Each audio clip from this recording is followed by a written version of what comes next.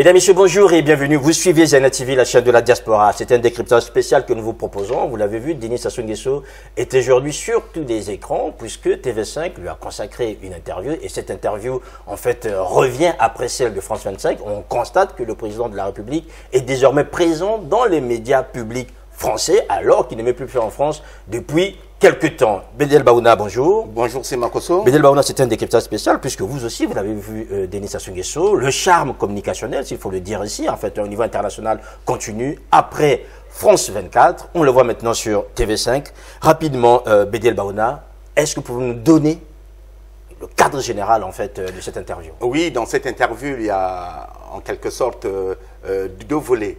Donc, il y a le volet national, et puis le volet international. Alors, dans le volet national, il a abordé justement la question du moment, celle du pool, et puis la fameuse marche de l'opposition, oui, avec les élections législatives à venir.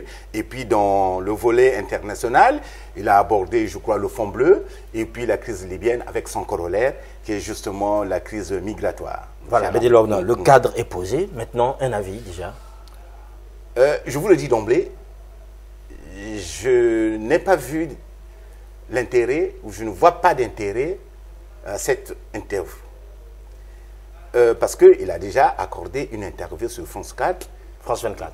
Sur France 24, oui, c'est ça, inutile en fait. Et il n'a rien dit. Donc, le seul intérêt de l'interview de TV5 de ce samedi, c'était peut-être de montrer au monde entier l'éclaircissement abusif de sa peau, de son visage. En tout cas, j'ai vu un homme à la voix monocorde, avec des trémolos, un homme en quelque sorte essoufflé, qui a du mal à articuler un paragraphe. Mais c'est aussi l'âge, hein? Il n'a pas 73 ans, il a dans quelques mois 80 ans. Donc ça se ressent. Voilà. Donc, il est usé. Oui. Alors, à la première question de notre consoeur Denise Poti, Denis Sassou Nguesso ramène en fait une triptyque. Paix, démocratie, développement, dit-il, ont été les éléments permanents de ma politique au Congo. Bédel Baouna. C'est ce qu'il a dit. Ça, il demande plutôt aux gens de bonne foi de reconnaître ce qu'il a fait. Mais la réponse qu'il donne, Sassou, c'est que c'est de circonscrire, en fait, oui, la crise dans l'espace et le temps. Et vous aurez remarqué, avec Sassou, quoi qu'on en dise, hein, quoi qu'on le trie, qu'on le critique, ce qui est intéressant, c'est qu'on n'est pas dans la littérature latino-américaine, celle de Pablo Neruda, de Garcia Marquez, etc., dans laquelle on remarque souvent les miettements de l'espace et la dislocation du temps. Non, chez Sassou, c'est dans le roman de Sassou, c'est le contraire. Lui, il circonscrit. Quelle réponse donne-t-il comme analyse d'ailleurs? Oui. Il dit que non, ces violences datent ou bien la crise actuelle ou le chaos actuel ou l'aporie de sans issue actuelle vient des violences qui ont prévalu au Congo dans les années 90-2000. Alors qu'on lui posait la question sur la difficulté. Sur la difficulté. Ouais, donc, c'est dire justement que l'homme n'avait rien à dire. Déjà, il s'égarait. Mais moi, j'ai envie de lui poser la question de savoir où était-il de 1990 à 2000. Où était-il? Que faisait-il?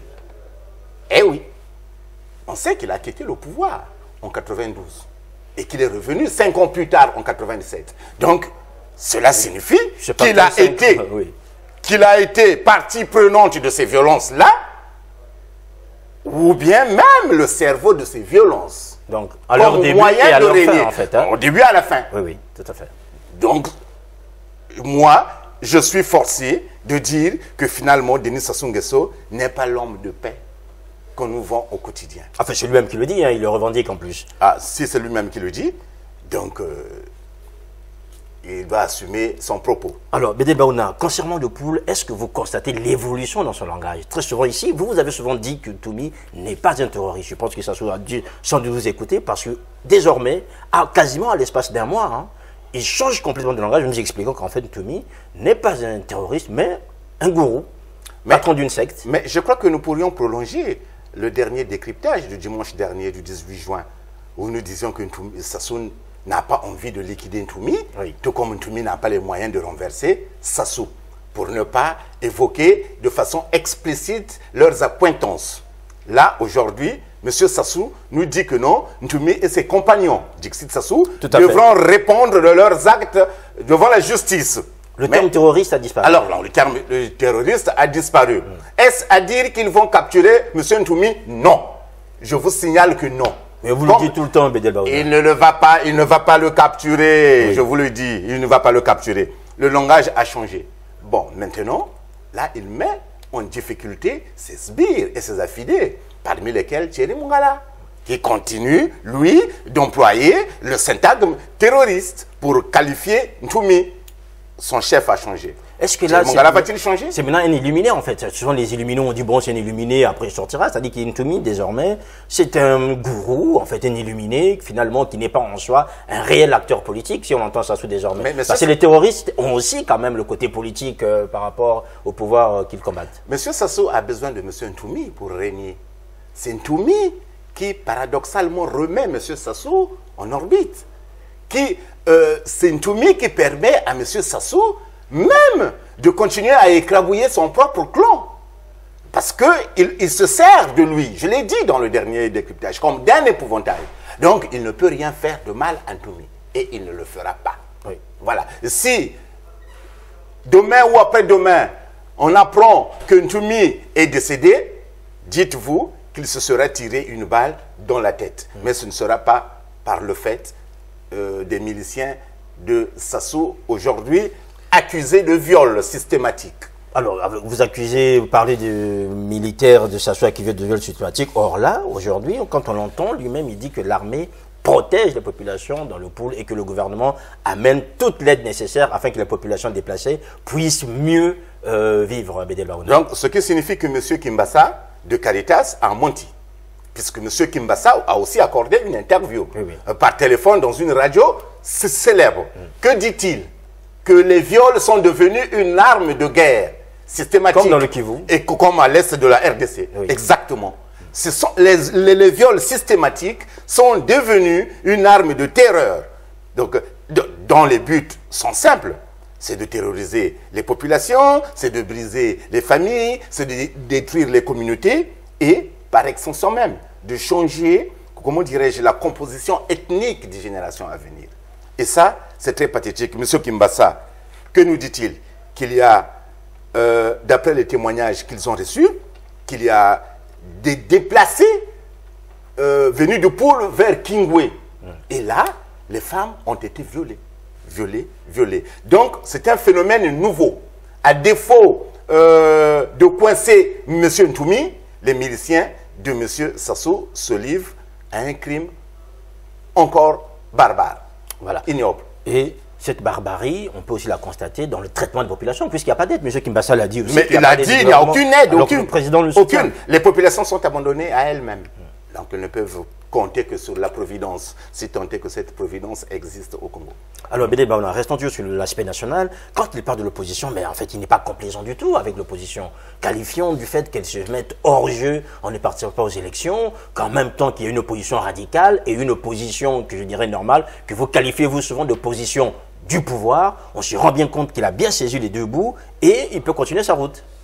Il peut continuer. Lui, il a besoin d'organiser des élections pour ne serait-ce que légitimer ses institutions à lui. L'Assemblée, le Sénat, le mairie et quoi d'autre encore. Donc, il a besoin de ça. Mais l'opposition aussi n'y va pas pour diverses raisons. Donc, nous n'allons pas entrer dans cette analyse-là. Mais pour Sassou, que l'opposition aille ou pas, les élections seront organisées. Et d'ailleurs, tant mieux pour lui, si l'opposition dite radicale n'y va pas, parce que le 17 juillet, c'est-à-dire à l'issue du premier tour, si tant est qu'il y ait un deuxième tour, M. Sassou pourra toujours annoncer les noms des vainqueurs dont on sait déjà qu'ils seront en majorité issus du PCT, de la secte PCT. Donc, ce sont des élections qui n'ont aucun intérêt, il n'y a aucun enjeu. Ah, il parle d'engouement, Bédel Baouna, alors que vous on ne nous a pas donné la liste des candidats définitifs. Il y a 151 circonscriptions et au 13 juin, il y avait 62 dossiers déposés à la DGAE. Alors donc, de quel engouement parle-t-il? Ou bien il a un sens des mots qui lui appartient à lui tout seul. Alors, un sens des mots qui lui appartient, Bédel Baouna, quand il parle, en fait, l'opposition boycotte, mais elle se met hors jeu. Et finalement, c'est son malheur, c'est le malheur de l'opposition. C'est le terme qu'il utilise. Hein, en boycottant, ben, l'opposition est dans son propre malheur. En fait. L'opposition sait pertinemment. L'opposition le sait qu'elles ne vont pas remporter des circonscriptions ici ou là, 2 ou 3, ça suffira. Même l'UPADES qui a présenté 43 candidats, et il y aura, c'est pas 5, 6, 7, 8 élus, point barre. Et il n'y en aura pas plus. Parce que il a tout verrouillé. Il le sait. Et il se moque même de la journaliste. Mais en fait, c'est la journaliste qui se moque de lui. Parce que la journaliste, elle, lui pose des questions vraiment sans concession et claires, explicites. Voilà. Voilà, des questions claires, explicites, Bédel Baouna. Maintenant, sur le volet international. Et là, il commence avec le Front Bleu. On l'avait déjà parlé ici, le Front Bleu, en fait, qui a été inauguré à Oyo au mois de mars dernier. Finalement, là aussi, on constate que bon, les choses ne sont pas aussi claires que ça. Elles ne sont pas claires, il a été évasif. Il a été évasif, il n'a rien dit. Tout est vague. Donc, voilà pourquoi je vous ai dit quel est l'intérêt vraiment de cette interview. Et d'ailleurs, le Front Bleu dont il parle, et auquel il est très friand, mais qui le connaît en Afrique centrale, puisque le Front Bleu doit d'abord concerner les pays qui composent le bassin du Congo. Mais lors de son sommet à Oyo, là-bas, où c'est pas du forum sur le Front Bleu, les pays de l'Afrique centrale, en majorité, n'y étaient pas. Donc c'est une façon de lui faire comprendre qu'ils n'en veulent pas. Mais pourquoi persiste-t-il? Pourquoi? Mais c'est un camouflet. C'est un camouflet, une humiliation. Le Cameroun n'était pas représenté, le Gabon n'était pas représenté, la RCA n'était pas représentée, alors que ce sont les principaux pays qui sont concernés par la forêt, par le bassin du Congo, par le Front Bleu. Délégués, mais les responsables ils n'ont pas signé. Oui. Et d'ailleurs, il ne vous a pas échappé que c'est une fondation quelque peu opaque, bizarre, qui gère le fameux Front Bleu. C'est la fondation Brazzaville.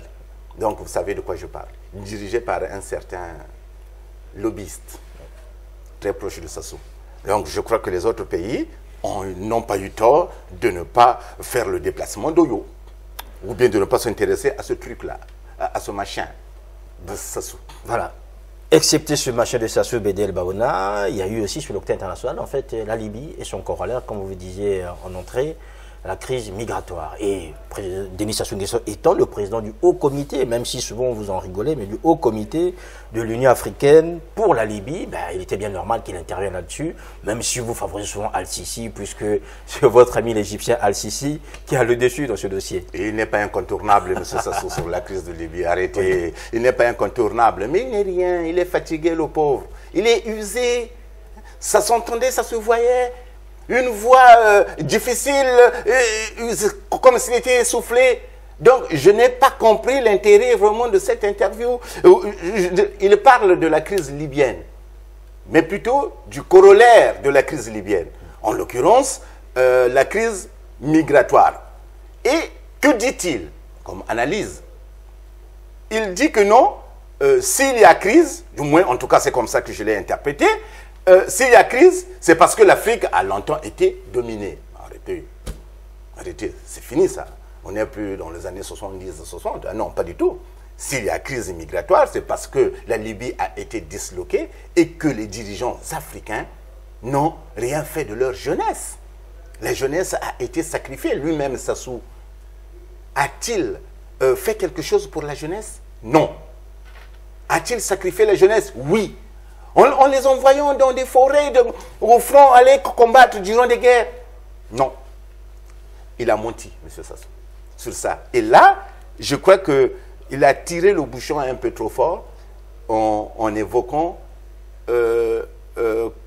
comment dirais-je, en disant, ou bien en donnant comme source de cette crise migratoire la domination longtemps exercée par les colons sur l'Afrique. Et ça, j'ai trouvé ça comme analyse vraiment foireuse, boiteuse, qui ne tient pas la route. Ça ne tient pas la route. Et il doit changer son logiciel, trouver d'autres mots pour expliquer cette crise libyenne. Ce n'est pas ça. Mais parce qu'il sait qu'il n'a rien fait, justement, et c'est pour cette raison qu'il a rejeté la responsabilité aux autres. Ce sont les autres qui ont contribué à ce chaos, mais pas nous. Mais il a quand même reconnu en disant... Toutefois, il a employé le mot autocritique. Nous devons faire aussi une autocritique. Et on l'attend. Si M. Sassou demain vient nous dire, écoutez, j'ai longtemps échoué, j'ai régné sur le Congo, je n'ai rien fait, je m'en vais. Même s'il a employé une locution que j'en appelle aux gens de bonne foi. Peut-être que c'est l'idée des gens comme les Bédé Baouna qui sont de mauvaise foi. C'est parce que personne ne le reconnaît, mais il y a des présidents qui ont travaillé. Il y a des présidents qui ont unifié leur pays, les Bongo, les Yadema, c'était aussi des dictateurs. Mais ils n'ont pas cassé le tissu social de leur pays, ils n'ont pas dressé leurs concitoyens les uns contre les autres. Donc pourquoi on appelle-t-il aux gens de bonne foi? Il n'en aura jamais. Est-ce qu'il ne nous compte pas parmi les gens de mauvaise foi? Mais nous, quand nous critiquons son bilan, nous sommes de bonne foi.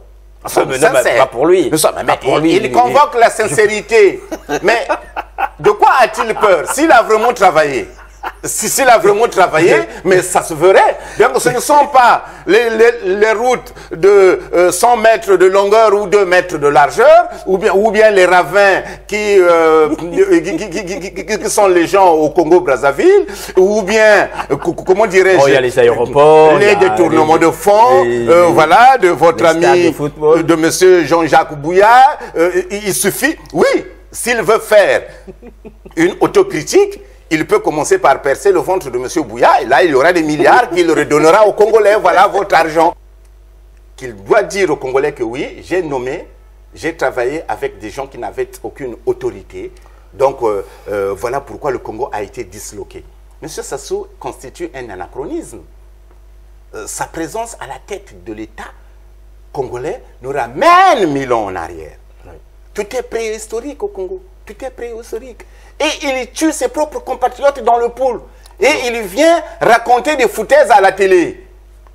C'est un peu pathétique quand même. Voilà, mais alors si je comprends bien, pour conclure, en fait, la conclusion qui est la mienne sera laquelle? Sera la suivante, c'est que Sassou devrait vous compter parmi les gens de mauvaise foi. De bonne foi. Je suis de bonne foi. Moi, que M. Sassou me montre une œuvre, un monument durable qu'il a eu à élever, à ce moment-là, j'applaudirais. Oui. Il a un seul avantage, c'est de circonscrire. Voilà. Alors, le temps et l'espace, ou l'espace et le temps. Ça, il sait le faire.